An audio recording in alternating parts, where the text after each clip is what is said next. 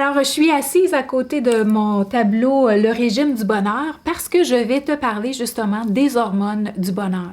Je commence par la dopamine qui est caractérisée comme l'hormone du plaisir. Elle est sécrétée par les neurones et elle va stimuler ce qu'on appelle le circuit de récompense, de la recherche à la récompense. Alors, au moment où est-ce qu'on a un comportement qui nous amène du plaisir, qui nous amène une satisfaction, un bien-être, eh bien, le message va être envoyé au cerveau pour dire, bien, je veux répéter ce comportement-là. Alors que ce soit un comportement, ça peut être aussi une substance. Donc, une substance comme une drogue, par exemple. Alors, on va prendre la drogue, la cocaïne, l'héroïne, la morphine, n'importe quelle drogue qui amène un sentiment, une sensation de bien-être, de plaisir, juste de relaxation. Le cerveau peut enregistrer comme étant un bel effet à répéter. Alors, c'est la raison pour laquelle on va développer une dépendance à certaines substances. Le sucre, surtout le sucre raffiné, va donner le même effet. Alors, c'est la raison pour laquelle, au moment où est-ce qu'on va manger un morceau de chocolat, par exemple, bien, on va avoir de la difficulté à s'arrêter consciemment parce que automatiquement, le circuit de la dopamine, il est enclenché et c'est comme si dans notre cerveau, là, ça disait « encore, je veux continuer ». Alors, c'est la raison que lorsqu'on a la vue, donc en plus de ça, on a tous les sens qui sont activés, on a la vue de la barre de chocolat, on a la sensation de bien-être et on a en plus de ça l'odeur, parce que le chocolat, ça sent bon aussi. Alors, tout ça mis ensemble va faire en sorte que c'est difficile de s'arrêter au premier morceau. C'est la raison pour laquelle je vous donne une stratégie dans le programme Perte éclos avec ton cerveau pour contrer cela. On va vouloir utiliser la conscience, bien sûr.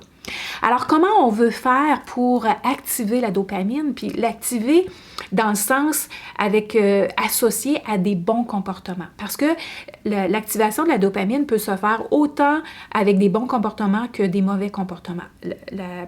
L'exemple, c'est fumer. Donc, la cigarette. Alors, les personnes qui fument ont développé la dépendance à la cigarette. Pourquoi?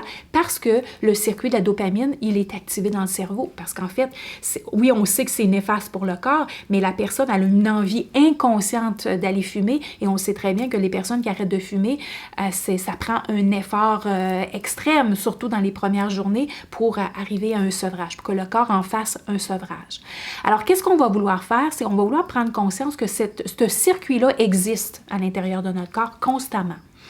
Maintenant, on veut prendre conscience de quels sont les comportements ou quelles sont les substances qui libèrent la dopamine, mais qui ne sont pas, on sait très bien qu'ils ne sont pas bons pour notre corps et on voudrait changer ça.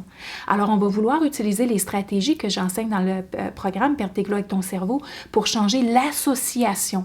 Alors, on va vouloir associer le plaisir à autre chose, donc des activités qui vont libérer de la dopamine, oui, bien sûr, mais des activités qui sont bonnes pour le corps. Alors, que ce soit la méditation, que ce soit n'importe quelle activité physique, les techniques de la PNL vont t'aider également. Manger sainement, donc manger sainement, manger consciemment, on va vouloir aussi associer du plaisir pour que ça devienne de plus en plus facile de manger sainement, ça libère les circuits de la dopamine. Alors, on veut associer manger sainement à libération de dopamine pour que le cerveau reçoive le message à répéter encore et encore. Le jeûne, donc comme tu as vu, le jeûne de 48 heures, à partir de 48 heures, les études ont démontré qu'il y a un reset, si tu veux, une restructuration, régénération des cellules au niveau du circuit de la dopamine. Alors, c'est une bonne façon de se sevrer du sucre, parce qu'en fait, on se sevre de plusieurs aliments pendant 48 heures, et c'est une bonne façon justement de réinitialiser le circuit de dopamine basé sur des aliments sains. Donc, au moment où est-ce qu'on reprend l'alimentation, on veut être consciente de ce circuit-là qui existe à l'intérieur de nous et au lieu de retourner vers les aliments sucrés pour satisfaire un besoin, satisfaire une récompense ou un réconfort quelconque, bien, on va vouloir se tourner vers des aliments sains. Okay? Alors, on va, après un jeûne de 48 heures qu'on a permis à notre corps de faire cette réinitialisation-là, on va vouloir ensuite se tourner vers une autre association. Donc, c'est le temps ensuite d'associer des bons aliments qui sont associés à plaisir.